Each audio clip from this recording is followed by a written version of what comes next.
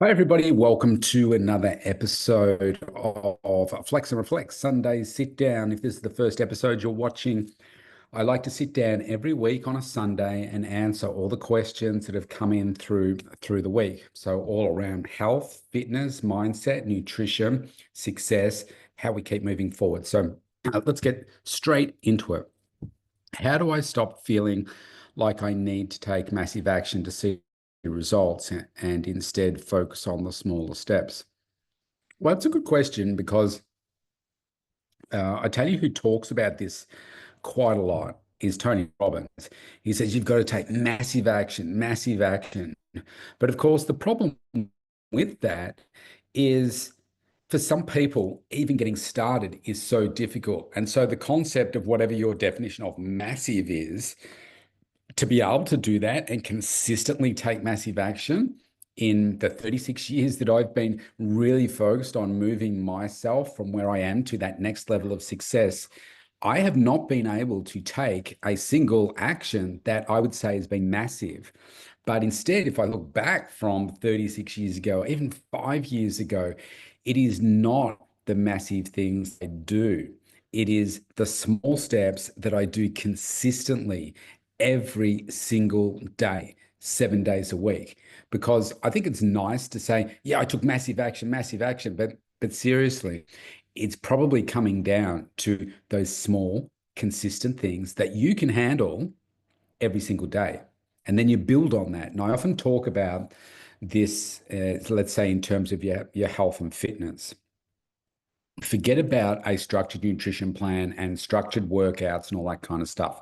Start with, okay, where are you at right now? And you're doing a bit of an assessment and say, okay, what if I focus on just moving more? And look, I wear a smartwatch. You can see you've got the details on here on your health app. So if I just open up mine, for instance, so this is your health app. Looks like this. You scroll down, and let's say that we're talking about steps. So if I scroll down, I can see that where is it? Where is it that tells me the average steps for the entire year? Why is that not coming up? So it's giving it to me in a different way.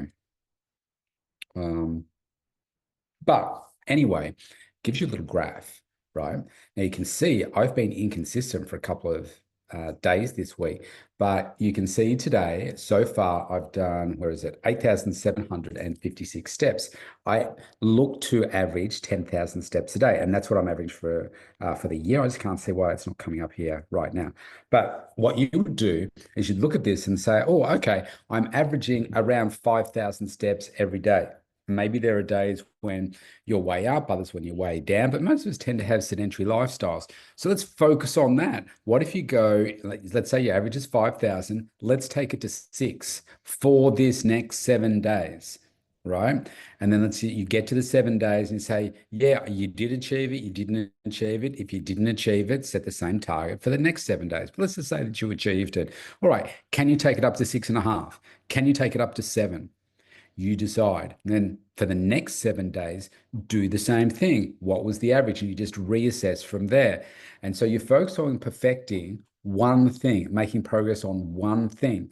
And then you could say, all right, what if we added in, say, water? What's your water intake at the moment? You say, well, I'm having about 600 mils a day. Maybe it's a liter. Well, we need to be getting that up to towards 2.5 liters, but we're not going to go there straight away. So if you're, say, inconsistent and you say, yeah, I'm doing about a liter a day, chances are you're probably overstating what you're actually doing. So get a measurer. Like this one is, I think it's about 800, or like a standard sort of squeezy drink bottle. They're normally around 800, 880 mils or something like that. And just measure how much you're doing. If you're doing a liter, then let's set the target for a liter for the next 7 days. Okay, great. How was that? Yeah, it was actually quite good. Right, let's take it up by 250 mils to 1.25. Same thing. Let's do that for the 7 days. But what we're doing at the same time is we're still doing the steps, right? We're still focusing on that goal. But now, because that is now becoming more of a habit and we can handle it, we're adding in the water. And now you're doing two things, but you're doing them consistently. Next, let's say focus on your sleep. What's your average sleep? What are you getting? 5 hours, you're getting 6 hours, etc. What do you think's disrupting around that? Maybe you're stressed, maybe it's too hot in the bedroom, maybe, whatever is going on for you. And you think about, okay, I need to go to bed earlier, get in a better routine, see how you're tracking over the course of a week. Has it increased a little bit? Okay, fantastic. Can we get in that 6 to 7 hours? I find is where most people perform really, really well. If I get 7 or more on one day of the week, but if I can get closer to 7 hours, I perform so much better. My mental clarity is so switched on, and I'm just getting things done day after day after day. And so then we focus on that. We're still doing the steps, we're still doing the water. Now we're focusing on sleep. Now, at this point, we're only focusing on moving more and doing those things. Now let's have a look at the food. And I'll use this as the last one, so we could keep going for hours. Let's focus on plant-based food. Why plant-based food is not about becoming vegetarian or vegan, but it is about making sure we're getting more fiber into our body. What does that mean? The more plant food, along with your protein, is going to help you feel fuller for longer, but it's also going to cleanse your system. Right? That combined with your water keeps you fuller for longer. That stabilizes your blood sugar level. So you're not going up and down like this and feeling like the sugary things and hitting those points maybe mid-afternoon towards the later evening after dinner where you're trying to play catch up. You're so hungry. You have these cravings, these sugar cravings and stuff. And so this helps stabilize that. It also is a fat metabolizer because it boosts your metabolism, which then burns more fat. Right. So have an assessment of where you are now. Most adults here in Australia, it's something like 80 to 90%, do not eat the recommended daily intake of plant-based food, particularly vegetables. So let's increase it. Maybe you're doing 3 a day. You need to be doing 7. Let's focus on increasing from where you are. Maybe it's by a cup, maybe it's by half a cup, whatever you can average. So maybe you're saying you're having 3 a day. Let's take it, and I'm saying metric cups, which is 250 mils here in Australia. Let's go to 3.5. Let's go to 4 and do that consistently for the next 7 days. And now we're doing those other 3 things, the water, the movement, the water, the sleep, and now we're adding in plant-based food. Now, what you're going to find over the course of a week, if you're doing these things consistently, just naturally, you're going to start to feel a little bit different, not only because of the actions you're taking to be healthier, but the power of your mind that you're doing things to make you better will also be really powerful. And then we just keep adding, and then we can get into the strength training, and we can get a structured strength training program for you, and doing that 3 times a week, but doing it consistently week after week. So all of these things you can see as you add them all up. I could keep going with a whole bunch of others, but all of those together, that's massive action. Can some people do that all at once? Yes, but it's very, very rare. So what I suggest to people is I meet you where you are, and let's challenge you a little bit and see what can you handle. Let's do that consistently. Now let's add the next one. Now let's add the next one. Now let's add the next one. But we don't keep adding until you're getting these other ones as part of your healthy habit lifestyle. So I hope that makes a lot of sense to you. Don't focus on the massive side of things. Focus on little things consistently. And that is ultimately what will give you the healthy lifestyle, which will stick with you forever. Hope that makes sense.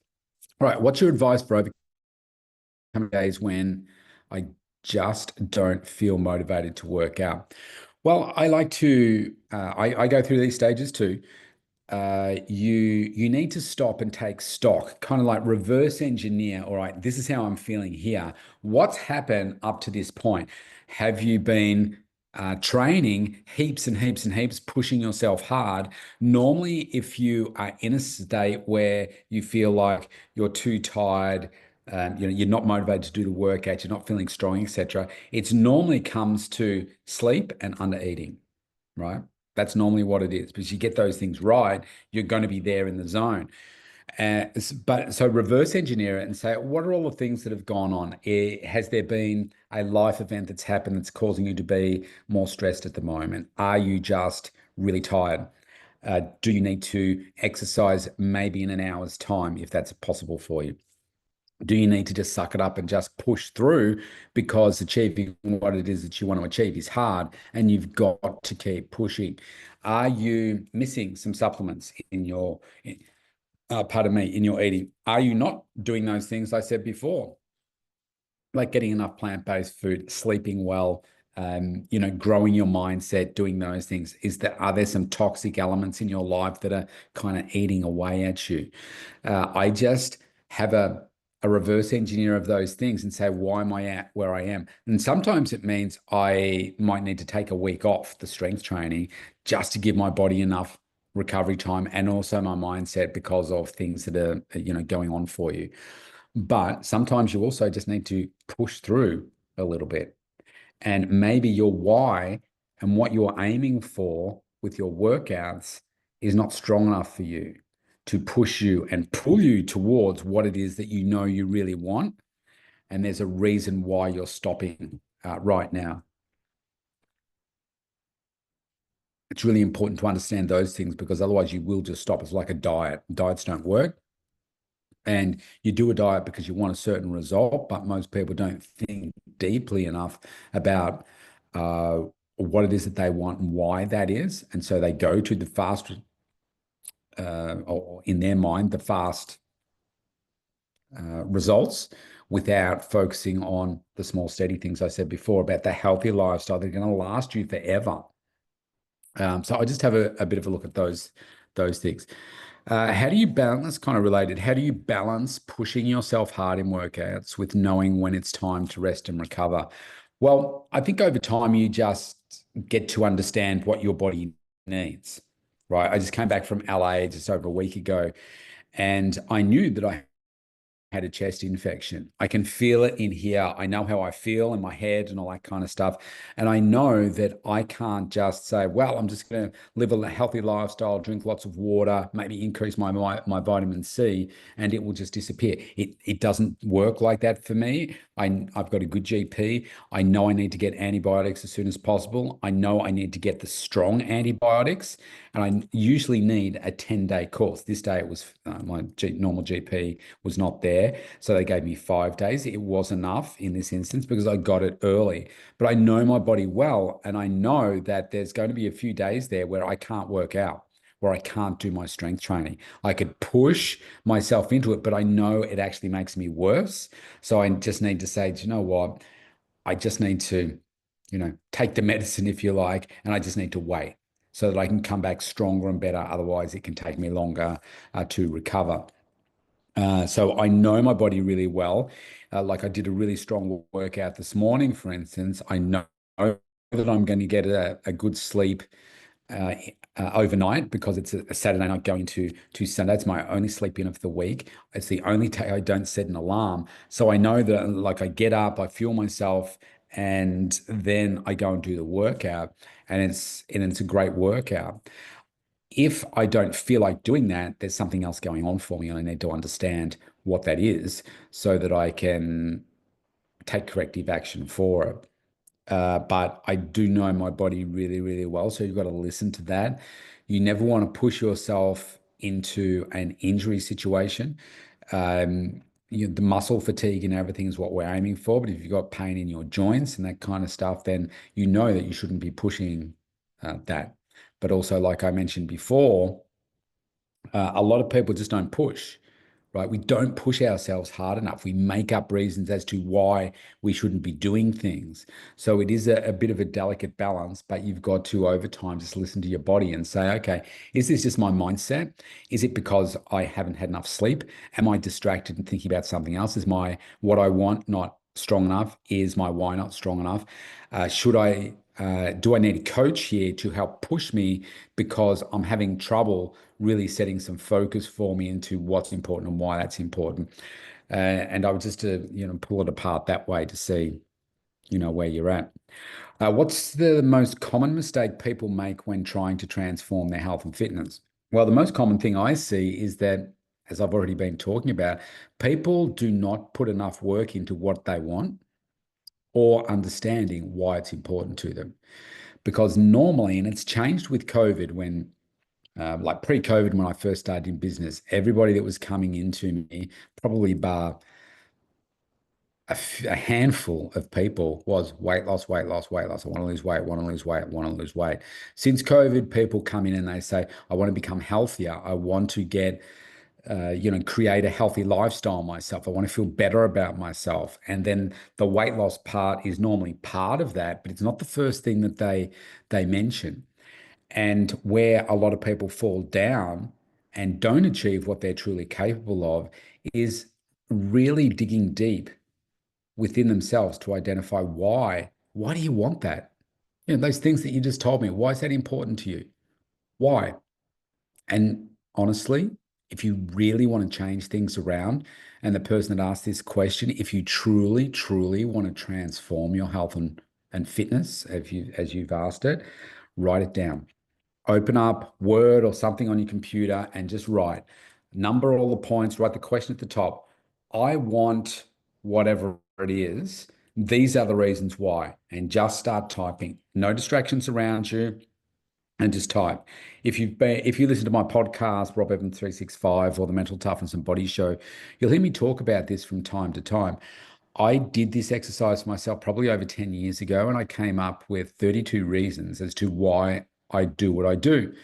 And part of that related, well, a big part was my health and wellness, health and fitness. Part of it was connecting to my business, my children. And when my daughter passed away in April 2023, it got to December, so this time last year, and I was going through a bunch of things in my mind where I thought, you can never get over the loss of your daughter, but I needed to come up with some reasons to stop me being sad. And it doesn't mean I still don't have moments of sadness, but focusing on the sad. And because that's what I was doing a lot of, I just wanted to be sad. I wanted to think about her and think on the sad. And I thought I had her little voice in my shoulder. So she just sits on this shoulder and she's saying, Dad, what are you doing? You're not living your best life. You know that if I was alive, you would not be doing this. So just because I'm not here, know that I'm happy, know that I'm not suffering anymore, and I want you to look after you. And so I sat down with the same document, started to point 33, and within about 15 minutes, I created another 10 reasons why using Liv's memory and her love and the loss of her to drive me to be the best version of me. And now I have 42 reasons, right? I can't remember 42 reasons. I could have a damn good go at remembering them, but I'm probably never going to remember every single one of them off the top of my head. And that's how I got to the point where I've got to write them down. You might be thinking of 3 to 5 reasons where you can say, well, it's because of these reasons. It's not those reasons. It's the 30-second one. It's the 40-second one that says, that's why I do what I do. That's the reason why. And it's usually emotional. It's deep. You don't have to ever share it with anyone if you don't want to, but it's what drives you, what gets you in here to make you the best version of you possible. And that is the most common mistake that people make. They don't do that work. Good question. Last one. How can I develop a stronger mindset to stay consistent with my health and fitness goals? Do what I just said. Do what I just said. That is the bottom line. You have to put in the work. If you think about it, there's a perception that all the work that you want to achieve, or sorry, the results that you want to achieve in the gym, you think, I've got to push hard, I've got to do all these things, the workouts, et cetera, et cetera. Yes, do you need to do that to build bigger muscles? Yes, you do. But that is providing you the stimulus. The change takes place in this place behind me here, the kitchen. It takes place in your sleep. Because if you're not recovering properly in sleep, you remain in an inflamed state, and that is not going to help you recover enough to get back to the next workout, to provide the stimulus to then take up the nutrients in the kitchen. You're only going to consistently eat the right food and make it in the kitchen if you're connected with what you want and why. And so then you've got to continuously work on this thing up here, your mindset, so that you continue to grow, you continue to improve yourself and remaining connected with the goals that are important to you. And what I love about a health fitness transformation, wellness transformation, is that you just become better, right? You get you get more energy.